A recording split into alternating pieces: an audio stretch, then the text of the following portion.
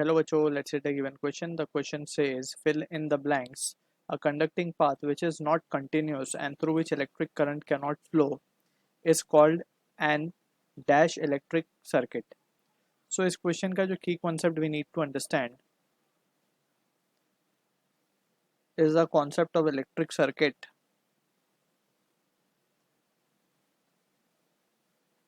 So electric circuit basically है क्या? It is the closed and continuous path for flow of current. ठीक है, अब यहाँ पे अगर हम सिचुएशन देखें, let suppose we have,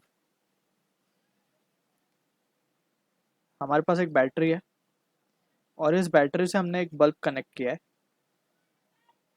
this is the bulb and this bulb, लेट से हमने यहाँ पे एक स्विच रखा है.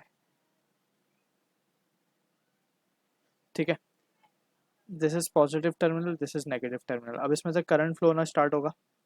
अब यहाँ पे हम देख सकते हैं, अगर ये स्विच, यहाँ पे ये स्विच है, अगर ये स्विच ओपन रहे, मीन्स स्विच हमने बंद नहीं किया अभी, तो क्या ये बल्ब ग्लो करेगा? नहीं करेगा.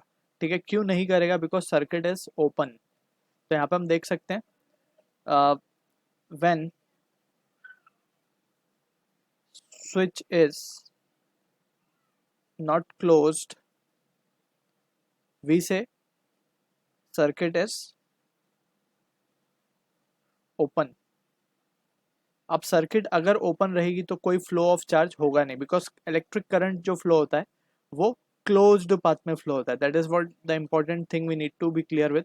जो क्लोज पाथ होता है उसी में करंट फ्लो करता है. अब यहाँ पे ये स्विच ओपन है तो पाथ भी हम देख सकते हैं कि ब्रोकन है, ओपन है. ठीक है, ब्रोकन भी बोल सकते हैं, ओपन है.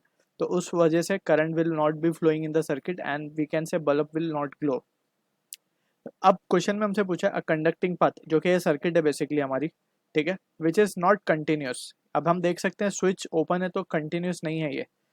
And through which electric current cannot flow. अब यहाँ से ये जो ओपन सेक्शन है इसमें से करंट फ्लो नहीं कर सकता, बिकॉज करंट को रिक्वायर्ड है मीडियम या फिर वायर जिसके थ्रू ये फ्लो करे. अब यहाँ पे तो स्विच ओपन है, ये बीच में गैप आ गया तो अब करंट फ्लो नहीं कर सकता. सो ऐसे सर्किट को हम बोलते हैं open electric circuit. So this is what the answer for the question will be.